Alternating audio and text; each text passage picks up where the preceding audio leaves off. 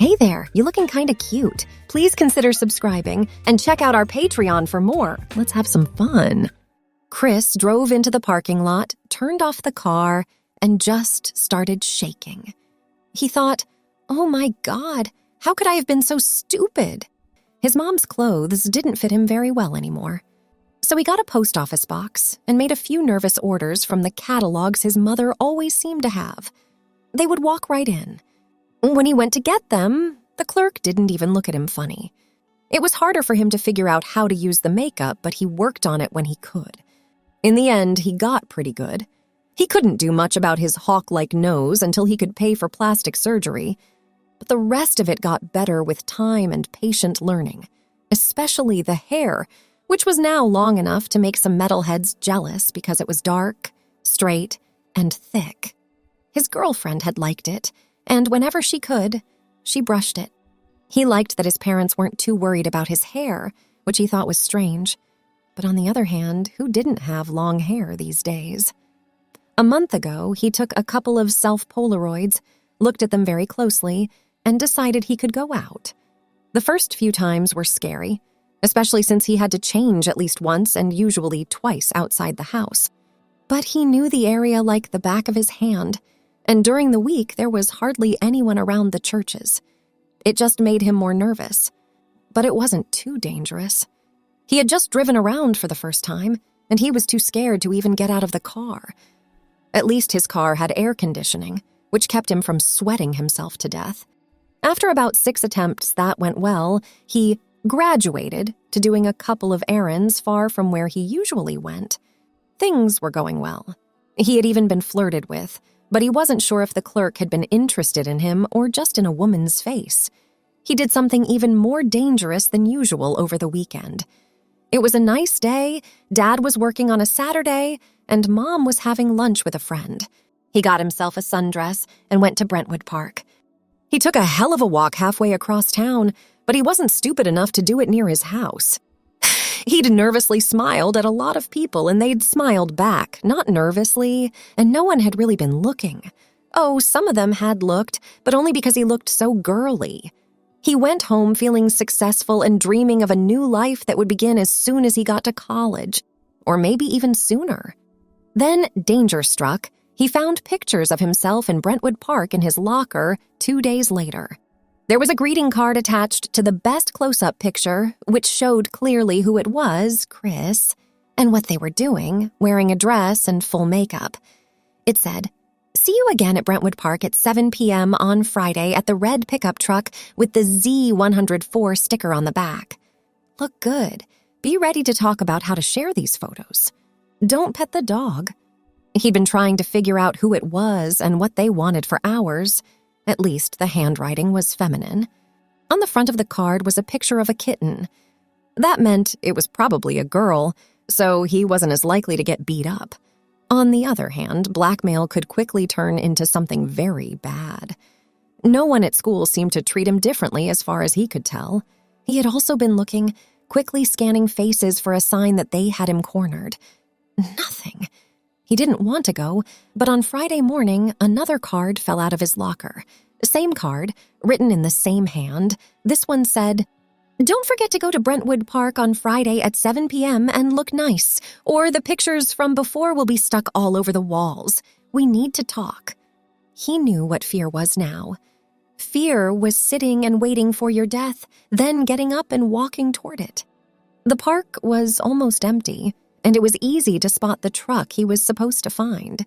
He looked nice because he wore a dress from one of the fancier catalogs. Out of the few pieces of jewelry he had also worn a pair of nice clip-on hearts and a heart necklace. A couple of weeks ago, when he tried it at home, it seemed fine. He thought he kind of looked like an important secretary. He was dressed like a lot of secretaries today, with sneakers on and socks over his hose. He walked slowly up to the truck, almost out of breath from fear. Still, he couldn't see anyone in there. Was someone taking more pictures from the trees? He looked around, but he didn't see anyone or anything that looked like a camera lens or a person. At the pickup, no one could be seen anywhere. He looked at the time. Exactly 7 o'clock. No one was there. As As he looked around again, trying to figure out what was going on, he saw a card under the wipers on the truck. He thought, "Oh no." Again, that damned kitten looked at him. "There is a way forward, just do it." He said, "Oh God." But then he turned around the truck and started walking down the path. It took him straight into the woods, but what else could he do? When he almost fell, he was glad he was wearing sneakers. He was definitely not walking very well today. He thought for a moment that he was too scared to pay attention. His thoughts were full of fear. He walked for a while under the trees until he could no longer see the parking lot, his car, or a way out. Only the birds tweeting in the trees were audible to him. He was about to give up and turn around when he saw a building with another kitten card on the door. He took a look around and stopped what he was doing to listen. Nothing. Just some birds and the wind. He walked up to the small building with his heart beating hard. It was a double bathroom that smelled like it hadn't been cleaned enough or used enough. There was just enough space for 2 bathrooms for 1 person each. The card was next to the women's sign. In a weird way, it made sense. This said, "Go inside and check your makeup." If he had ever seen a setup, this one was the worst. If someone tried to sneak up on him in the bathroom, they would not be able to see him. He might be able to leave the door open. At least it wasn't big enough for anyone to hide in. He went in, and as he walked, his shoes stuck to the floor. He thought, "Oh God, I thought women's rooms were supposed to be cleaner." He left the door open. There was a mirror, and in the dim light, he looked at himself. He thought he looked okay, but there was a line of sweat on his forehead. Not a big surprise. He took a cloth out of his purse and used it to wipe the sweat off his face. He used another to try to dry his hands, but it didn't work. "Chris?" a man asked from the outside. Chris turned quickly to face the open door. Oh my God, Chris, come outside." He was shaking so hard that he could barely walk, but he managed to stumble toward the door. He took a deep breath right before he went outside. He told himself, "I was going to do this. All my life I worked so hard to get what I wanted. I didn't know why I worked until this year, but I still wanted it and worked for it. I knew no one would like it and that I would get in trouble for it.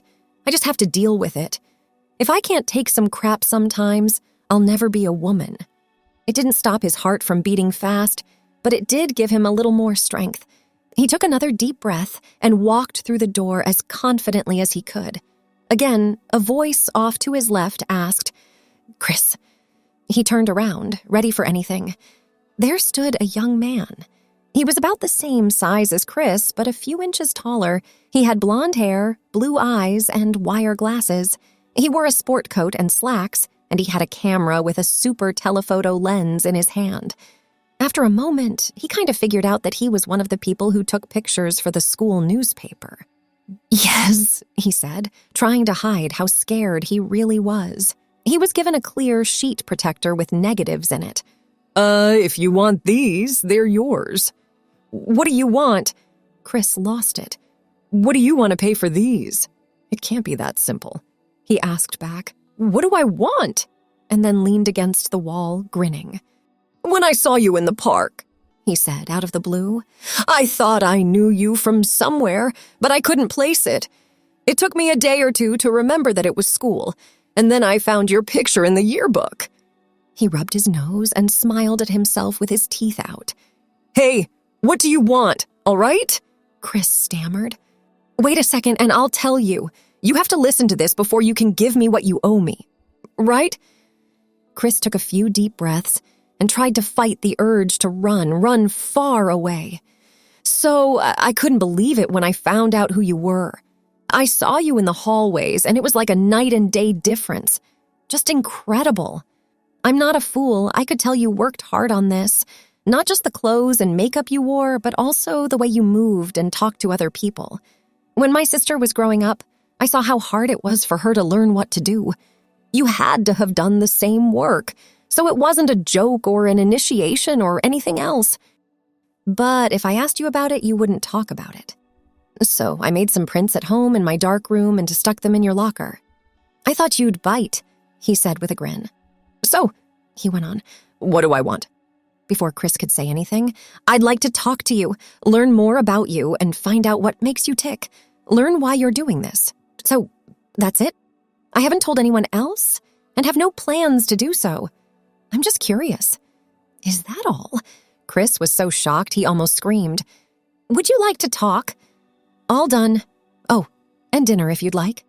He smiled with a smile that showed he was wiser than a high school student should be. Chris felt weak, so he put his hand to his forehead. In a second, the man was at his elbow, holding him up gently. "Is that all?" Chris's words were weak. All of the thoughts, plans, and possible outcomes that had been going through his mind seemed to have fallen through a hole. Now, his head felt completely empty. He said, "That's it," and took Chris's hand and put it in the bend of his elbow. He held Chris's hand with his other hand. "Come on, let's head back to the cars. It's getting dark." He took Chris out of the house and back down the path. "Oh, by the way, my name is Eric, Mr. Eric Hamilton. Sorry that I messed up the beginning." Eric's gentle but firm arm pushed Chris along as he walked in a daze. This was not what he had thought, of all things. Eric spoke in a chatty way. "By the way, you look great. I would have never figured it out if I hadn't seen you run track last year. I took the pictures for that one, and one of you was right at the finish line when I took the picture. Last year, it was one of my better shots, so I studied it a lot. That's why your face stood out in the park. And that dress also looks great on you. Where did you get it?" Still shocked, Chris looked at him. He shrugged. "Just trying to make conversation," he said. Chris stuttered, not sure what to say. "Don't worry, you'll get used to it soon." Chris's hand was gently patted by Eric. The rest of the way, Eric still led the way in silence. Chris thought Eric would stop at his truck, but he didn't let go until Chris was on the driver's side of his own car.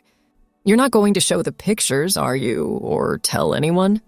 He shook his head in a very happy way. "The reason why I was interested in you in the first place is because I do really like you, so don't worry." Thanks for watching. Be sure to check out Patreon and follow us on Twitter. Have a wonderful day.